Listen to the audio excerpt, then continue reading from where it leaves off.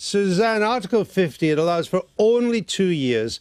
We have to settle the terms of a divorce. That's going to be complicated. We have to agree a new relationship with the EU. That's going to be even more complicated.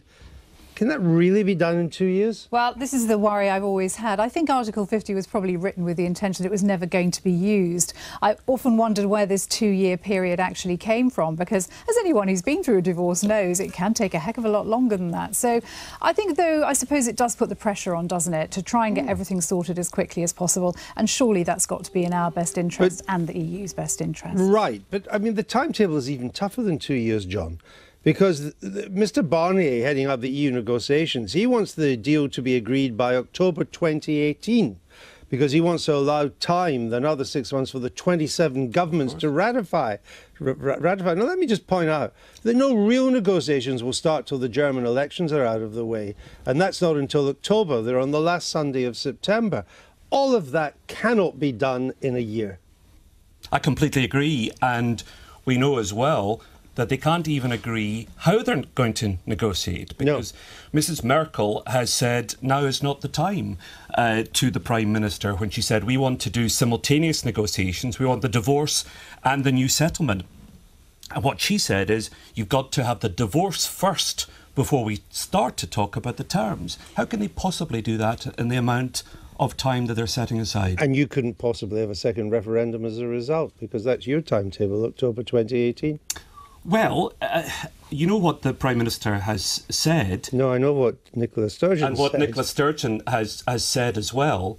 Well, at some level, we've got to take the Prime Minister at her word, haven't we? She has said, and David Davis has said, that they're aiming for this timetable. I certainly think that we'll have a sense of what the deal is likely to be in 18 months. You couldn't have a second referendum on the basis of a sense. No. Well, definitely not. At the moment, we're having to argue to have the second referendum, so we've not quite got to that stage yet. But I think we will have a sense, because so far the Prime Minister's refused to say what the British hand is. Now, once the negotiations start, those 27 members are going to leak like a sieve. We're going to know what the British position is. So you're not going to have a referendum on the basis of leaks? It's nonsense. We've already had one referendum where we didn't really know what the alternative is. We don't want another one. Don't you remember Dennis Healy's first law of holes? When you're in one, stop digging. We want to have the referendum. We don't know what the date is going to be. But of course, the one thing I would say, Andrew, is when the 27 member states have their ratification process, that has to be the time, surely, that the Scots are also allowed to have a say. Because how can the 27 be allowed to have a say and Scotland not? Because you're part of the United Kingdom. Of course we're part of the United Kingdom, we know that, but it goes against all sense of natural justice. Let me come back to, isn't some, when you look at particularly when you see in the context that we've got a French elections first of all. So the Council of Ministers meeting at the end of April, it's Francois Hollande is going there. He's irrelevant to it. It could take quite a while to form a new French government this summer. If it's Macron or Le Pen, neither will have a big presence in the French Assembly. Then you go into the summer and you come out and you're into the German elections. Isn't some kind of transitional period almost inevitable? That may be, although I don't think the sort of political decision that has to be made is all that complicated. I mean, as I said earlier, you know, it's either kind of acrimonious or it's fairly harmonious, and those are the dials that are set by the politicians. I agree that the negotiations between officials could be very complex and they could go off into a transitional period, but the political decision can really be taken once the German elections are over. I don't think it will be taken then. I think it will only be taken at the 59th minute of the 11th hour, because that, again... You mean in March 2019? Yes, that again is, EU tradition, that everything is left to the last possible moment. But it's those two politicians who matter. But it's quite hard, even if it's harmonious, even if there's goodwill on all sides to get the divorce deal done, get our new relationship with the EU done. A year? 18 months? I personally don't think it will be possible. And part of me gets a sense that the public just wants a bit more honesty and realism in this debate about how long it will take and the trade-offs and difficult decisions that will inevitably be required.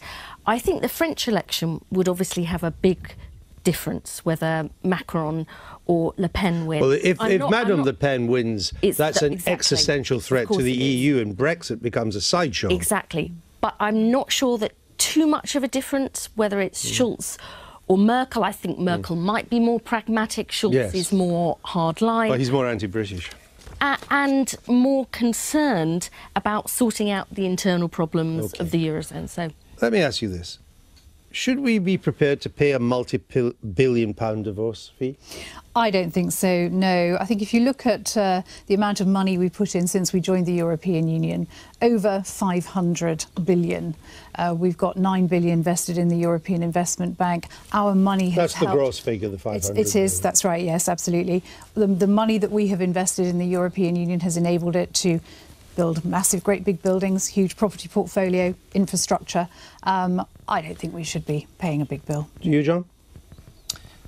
You know, we've signed up for a set of rules. We don't know what the figure is. I watched your interview with the Prime Minister.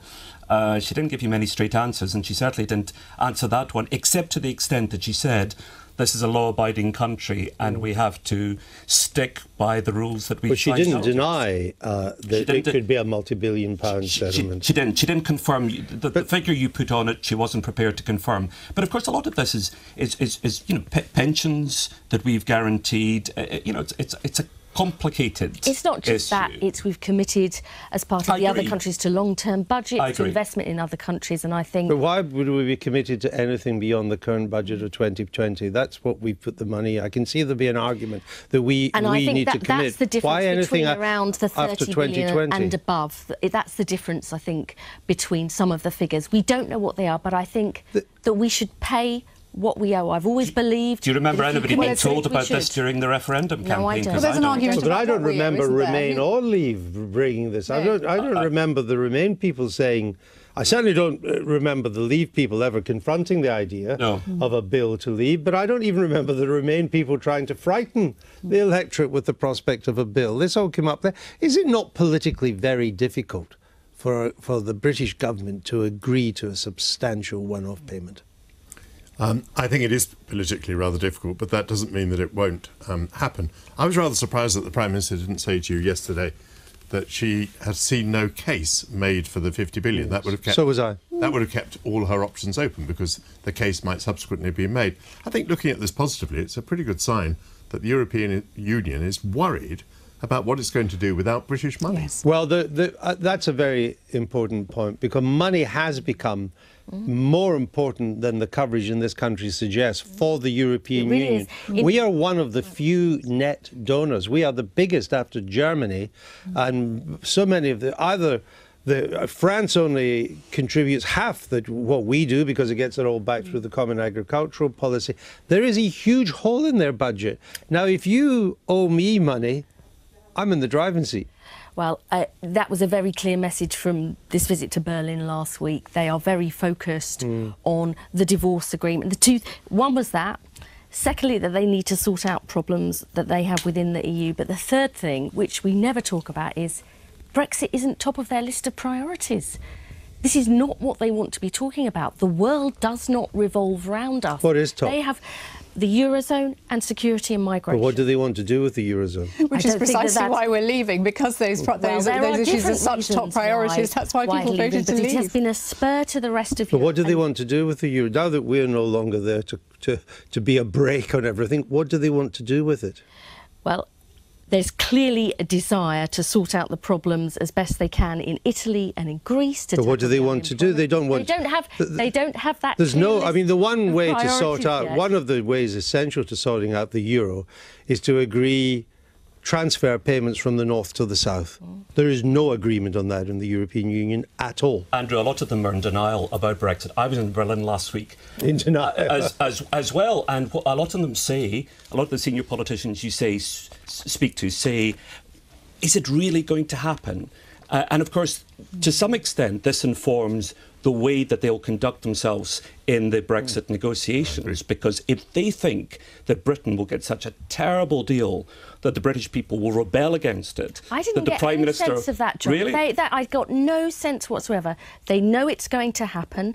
Their priorities on the divorce agreement. We had no... The idea that they were thinking about a future trade deal, it wasn't there. And also, they're all of them are we very... misunderstand where they're coming from. Well, I need to bring Suzanne Evans. What I found when I was... But of course, if they give us a terrible deal, the British public mood could switch the other way. It could get very angry. Well, but that's what some of my Brexit Tory colleagues argued. We just don't know. This could backfire. We don't. But would you? I get the impression UKIP would quite like us to have no deal. No, I don't think that's true. That's certainly not what I feel. Of course, it's much better to have a deal. What we have said, though, is if we don't get a deal which involves taking back control of our borders, taking back control of our fishing grounds, taking back control of our laws, then we don't get the deal that the British people voted for. So that's where we would say no deal is better. Right, but isn't that what Mrs May is going to try and do? Yes, it is. I mean, was there anything that she and said yesterday you disagreed with? No, and, I saw David Davis on Monday night, and I said, we voted how we voted, and it's up to you to deliver. And we'll obviously be watching what they do, but of course we want a good deal. It is an enormous challenge, though, Michael, is it not? I mean, it's almost daunting. No, it is daunting. I don't know whether the government has the capacity to deal with this, to get through all the decisions that have to be made, at the same time as it's meant to be, governing the country in all sorts of other ways. That is a worry. I mean, those of us who favour Brexit do not argue that it's going to be a bed of roses. It is not. One final thing, John. Has Miss Sturgeon misread the Scottish mood with this second referendum? There's very little appetite for a second referendum before Brexit. And this poll came out by John Curtis, the doyen of pollsters, based at Strathclyde University. 62% of Scots want the same Brexit deal as the rest of the UK. 64% want the same immigration rules for EU and non-EU members. I hear my doubts about that. You're not allowed to doubt, John. I have to say, well, we've all had experiences of polls, haven't we? Sometimes. Yeah, but this is pretty dramatic. I don't buy that, I have to say. Really? No, I don't think so. And we've now moved into a new stage, because this is no longer the SNP asking for a second independence referendum. This is a new poll. It's the Scottish Parliament. This is a new poll. Andrew,